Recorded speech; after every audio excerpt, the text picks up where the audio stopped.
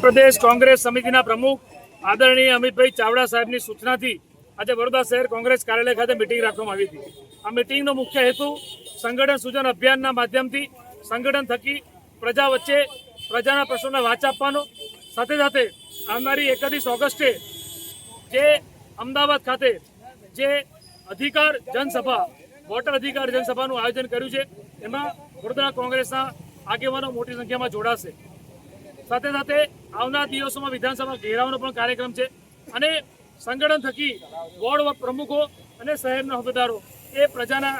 વચ્ચે જઈને જે અત્યારે આખા દેશમાં જે વોટ ચોરીનો મુદ્દો અમારા નેતા રાહુલજી ગાંધીએ ઉઠાવ્યો છે અને જે સૂત્ર આપ્યું છે કે વોટ ચોર ગદ્દી છોડ, તો આજે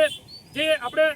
બધા પ્રકારની ચોરી સાંભળી, પરંતુ વોટ ચોરી આ ભાજપના, આની ક્રેડિટ ભાજપને જાય છે। અને આજે ગુજરાત મોડલની વાત કરવામાં આવે છે એ ગુજરાત મોડલમાં આપણે બધા પણ જોવું છે કે કેવી રીતે વોટ ચોરી થાય છે। ત્યારે આ મુદ્દાને લઈને આવનાર દિવસોમાં કોંગ્રેસ પાર્ટી પ્રજાની વચ્ચે જશે અને જે પ્રજા આ ભાજપના ભ્રષ્ટ શાસનથી ભય ભૂખને ભ્રષ્ટાચારથી કંટાળી ગઈ છે ત્યારે પરિવર્તન રૂપી કોંગ્રેસ પણ આવનાર દિવસોમાં એક વિકલ્પ રહેશે।